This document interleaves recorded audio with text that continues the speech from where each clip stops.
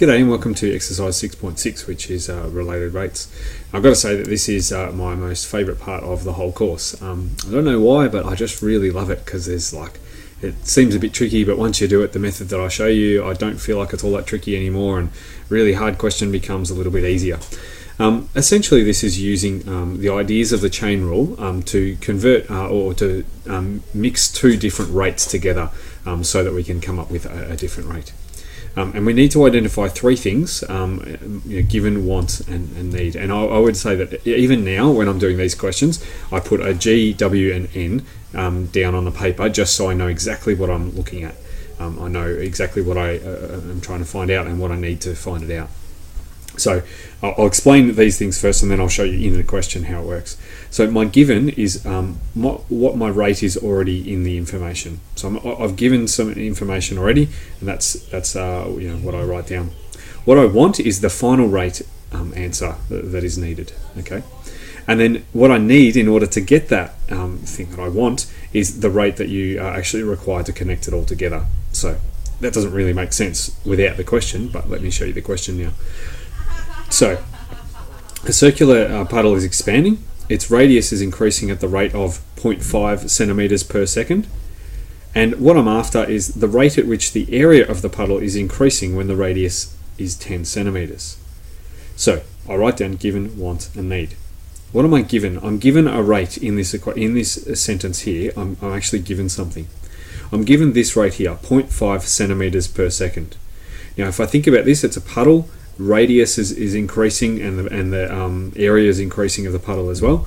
So therefore, this rate here is going to be the r with respect to time. So this one is actually dr dt. That's what I'm given. Given dr dt.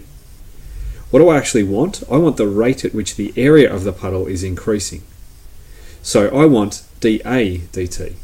I'm going to say in every single question that I've looked at for these things, they always have a dt on the bottom here. So it's always d something dt, and the other one, the one that we want, is d something dt as well. Every single time I've seen that. Okay, so I'm going to say that this one is dA dt because it's the rate at which the area is increasing, and I know that the dA dt is equal to the dr dt multiplied by something else. Okay, so when I put down my want, I write dA dt, and then that equals a combination of two other rates. My given one, my dr dt, multiplied by whatever is going to be on the top and on the bottom here to end up getting me dA dt. So I need, if dr is on the top here, I don't need a dr, so I have to cancel that out with a dr on the bottom. I need a dA, so therefore this bit up here needs to be a dA. So what I actually need is dA dt, sorry, dA dr, and I can go searching for that.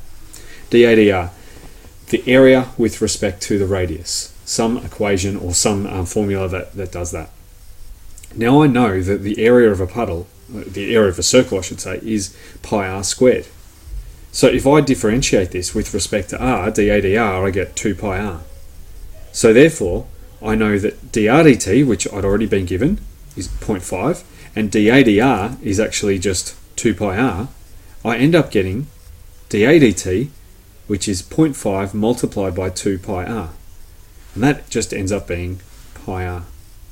Now I can go in and put my last piece of information in, which is this radius is 10 centimeters. Sometimes people are tempted to put this in earlier. They're tempted to put it in, say, up here, and then they try and get dA dr, but they can't. It's just all is too confusing. You must substitute this thing in as the last step. Okay, so the radius is 10, so therefore I'm going to get 10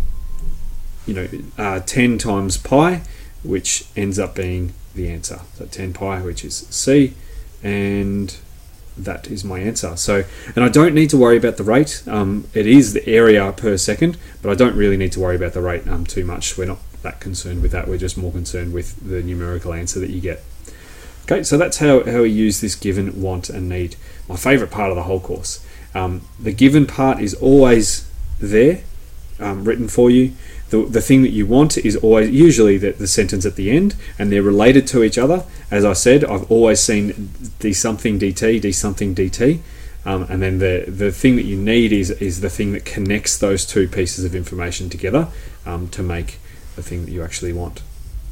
So hopefully that's made a little bit of sense. I'll do a couple more questions with it, a few more tricks along the way. So this is the first video. I think I've got a couple more videos after this. So thanks for watching, and please enjoy this part of the course as much as I do. Thanks.